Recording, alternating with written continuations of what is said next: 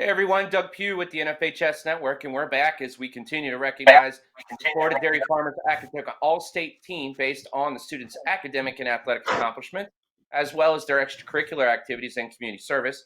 And right now, we're joined on the line by a young man from Freeport High School, graduating with a 4.56 GPA, was named an AP Scholar with distinction. He was named All-State as a defensive lineman for the football team, while also lettering in soccer and track and field, and will be attending the University of Florida in the fall, planning to study finance. Please welcome Kobe Phillips to the line. Kobe, how are you? Congratulations. I'm doing very well, thank you. All right. This has been a very surreal experience for me.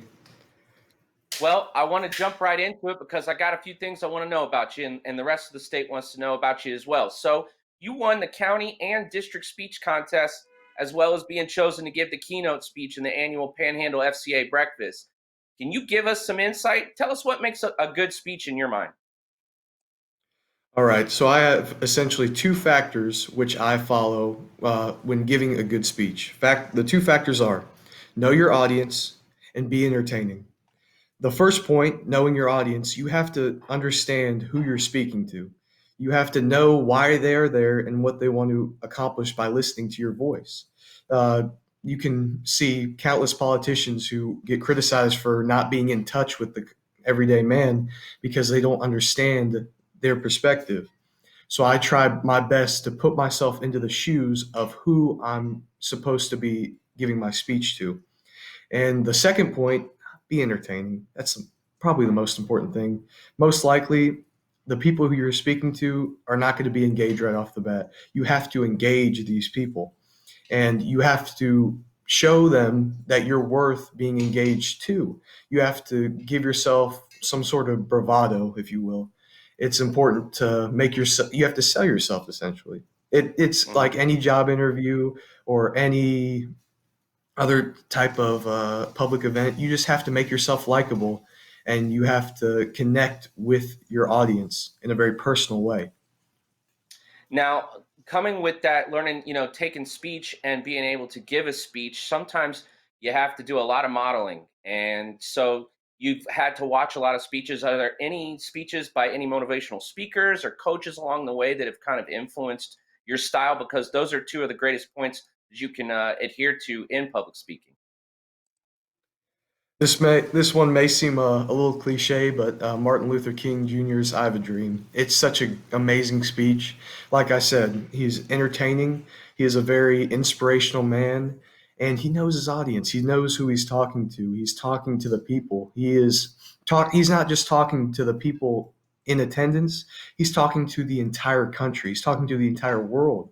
And I think that his values in that speech are some of the most beautiful values you can express as an American or as a person of this planet. And so I kind of use his speech as a metric for where I need to go when I talk and what I need to bring up, and uh, adding motifs into my speech too, a recurring theme, things that will tie into what I'm saying and engage the audience. Now, as we stated, you plan on majoring in finance at University of Florida. Uh, Undoubtedly, with your ability, that charisma, and that ability to speak, looks like Fortune 500 CEO sort of stuff is in your future. What sort of thing are you planning to do within the financial world? Um, I really would like to be a financial advisor. I want to help my generation with their finances. I think that it's a very understated trait to have, being good with one's monetary wealth. And I think that a lot of the people in my class struggle with maintaining a good set of values when it comes to spending and regulating their intake, so to speak. So I want to try to help and reach out to these people who may not be that knowledgeable on how to balance a checkbook or how to open up a savings account, basic things that will get people to the next step, because I feel like if I can make a living out of that, everyone wins.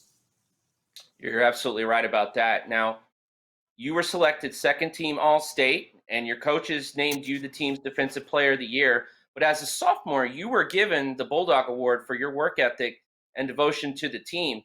Do you have a personal favorite of the two distinctions, or are they one and the same? What's the deal?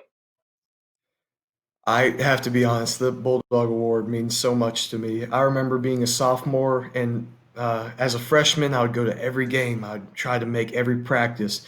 I'd do everything in my power to show that I was devoted and I was ready to be there. And I remember my coach specifically came up to me one day in the summer as the sophomore year was coming to a start, and he said, "I want you to be a center for us. We want you to start." And it was the most baffling thing because I never thought I would be on the line with guys who were twice my weight. They looked like they could eat me. I was extremely small. I wasn't very strong, but it just showed that I had perseverance, and that was the biggest compliment I ever had. And that when that season came along, it was a steep learning curve because I was way out of my league with guys that were much more skilled, much bigger, much stronger, much faster, but I just persevered. I learned how to snap well, and I tried my hardest to just do the best that I could, not for myself, but for the team. And when that Bulldog Award finally was bestowed upon me, that was the highest honor I could have gotten. I would the any other award just wouldn't have cut it. No, the Defensive Player of the Year, it's an amazing award to have, but there's nothing that shows my perseverance more than that Bulldog Award. Well, it takes perseverance to be able to pull out a 4.56 GPA in the classroom, AP scholar with distinction, be able to play the sports that you played at the highest level and be able to do that. Were there any classes that influenced you? And can you give us a little bit of insight in terms of what your day was like in terms of having to balance those two? Um, a class that would motivate me. I'd have to say maybe AP Biology because of how bad I was at it. It was really a step up in learning and the course requirements and everything in the course. It was an absolute nightmare. I barely got through the skin of my teeth. I actually had to build a fence for my my AP Bio teacher just so I could keep my GPA up. But it, it was that grit and that hard work and getting kicked in the mud that just kind of punctuated who I was as a person. I'd get kicked in the mud in AP Bio, then I'd go out in the on the field and just get kicked in the mud some more. It it doesn't matter if you're an athlete or a scholar, you're gonna have to deal with hard work and you're gonna have to deal with getting kicked down into the dirt. You just have to pull yourself back up and keep going. Now, one final thing, and this is something I'm really interested in as a native Floridian and being out in the water, having been raised on it. You were certified in scuba diving at the age of 10. One, I want to know how'd you get interested in it, and two, what do you do? Do you do the wrecks? Do you do a little bit of spear fishing? Have you done a little bit of caves up there in the Panhandle? How tell me all about it. It's actually an interesting story how I became scuba certified. I actually got certified when I was 8 in the Grand Caymans, but it wasn't the official scuba certification. It was called Bubbles, I believe. But we suffered a tragedy in the family around that time, and my mother was having a very hard time coping with that loss, and she was in a very dark place. And we kind of just decided to leave our lives behind one summer and just go to the Caribbean and explore all these foreign places that we've never been to.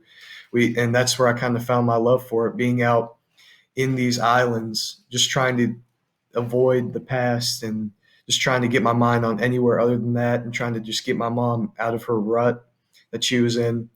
It was just an amazing experience because I'm sure you can attest to this. When you're underwater, it's a completely different world. You don't even realize how amazing and beautiful it is until you just get underwater and just see everything around you. You can see it's like a city, miles and miles you can see. And all the different wildlife, they're really very docile. Sharks and barracudas. I had a bunch of cephalopods, squids.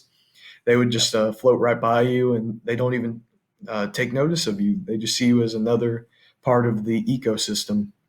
And I have to say, I haven't really been diving as much as I should, but I tend to do the springs around the Panhandle. There's not really much in terms of deep ocean diving out here, but I plan to change that soon once I get out of college. Well, that sounds pretty good. Well, that And, sounds pretty good. to your point, and that's actually a really great point. You have to be concentrating. There's sole focus is when you're underwater. There's no time to be, thinking about all of the dundrums and all of the other stuff that's going on. You've got gauges to be checking. You're in the wildlife's realm. There's a lot of stuff that goes on. It speaks to the concentration level, and diving does take a lot of perseverance as well, especially when you're trying not to, get disheveled from a big shark pulling up on the reef next to you. Yes. It's very easy to lose focus and to freak out. You have to be concerned with, your air, obviously, but you also have to be concerned with how fast you're descending or ascending. You could cause serious harm to that. And you have to look around the people around you. It's very important. It's very easy for someone that's diving with you to lose control and freak out, and you have to be there for them to relax them. It's a very cooperative. It's a lot like sports. It's a very cooperative hobby. It's very bonding. It forms bonds without a single word spoken, just like being on the field. It certainly does. Now we'll get you out of here on this one. Your favorite spot to dive? I have the feeling the Caymans is in the run for that, but give me your favorite spot to dive. My favorite spot to dive, yeah, the Caymans. That's where I first experienced it. I can remember the entire day vividly in my head. It's just like it's. I remember starting out in the pool and then just deciding to hop in. There's so many different types of wildlife, coral reefs, squids, sea urchins. It's just amazing to be out there and just to see things that you wouldn't really realize. Like when you see a sea urchin, you become scared, but when you're down there, it's so inconsequential to you, you don't even realize that it's a very potentially dangerous situation that you're in.